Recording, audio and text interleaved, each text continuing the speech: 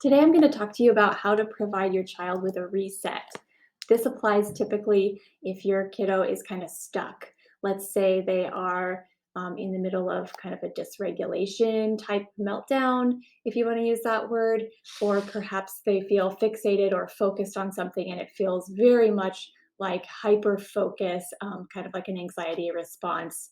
And you can tell that they just need to move on or reset. The first thing you're going to want to do is consider your presence.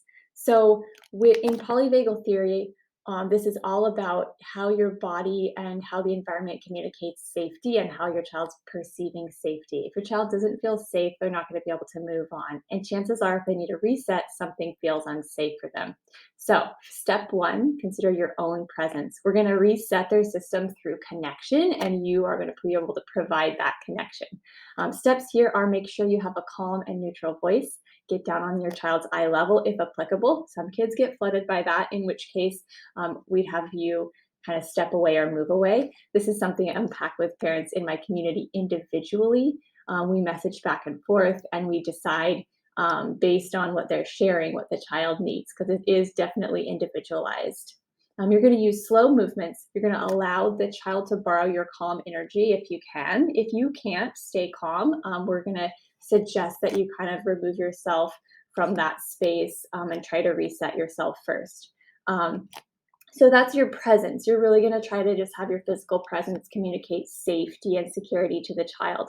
Next, we're going to talk about attunement. So tuning in to what your child's body's doing, what you think they might actually need. So let's say they're really focused on getting a certain toy and they've been fixated on this for a while. You're going to ask yourself, what purpose is that serving? Right? Are they bored? Are their dopamine levels low and they just need to focus on something? If there's an anxiety piece involved, perhaps it's a facet of that anxiety. Sometimes we see those fixations, but start asking yourself, what purpose is this focus serving and how can we figure out what that need is underneath it? So that's your attunement, you're tuning in. The next piece, you're going to just resonate or validate, right?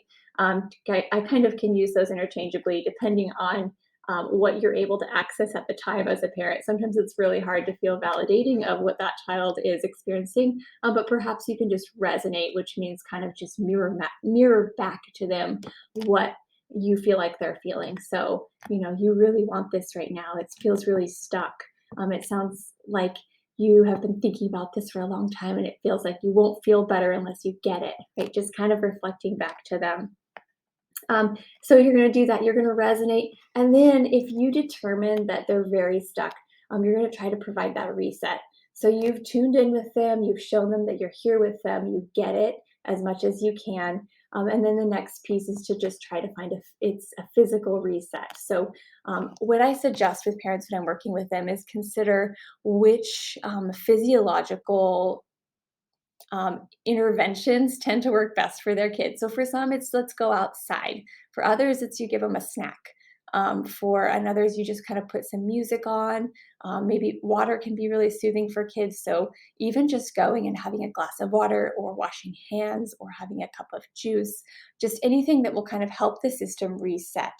For bigger ones, sometimes it is physiologically kind of moving the child, if applicable, in a way that's gentle and with some consent, but moving them to a different room or to the outdoors.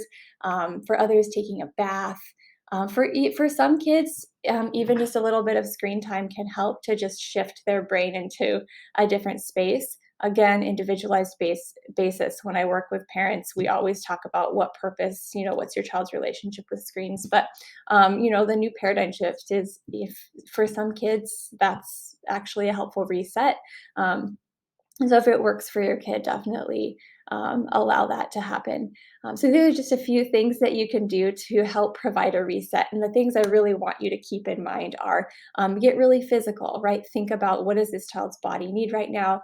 What's their sense of safety like? And then what physical resets can I provide? Again, because your words aren't going to change anything and you'll get locked into a battle of will or a battle of logic with your child if you try to kind of logic them or reason them out of whatever they're stuck in. So really just try to get physical, provide the body with something that will shift their body and their nervous system into a different state.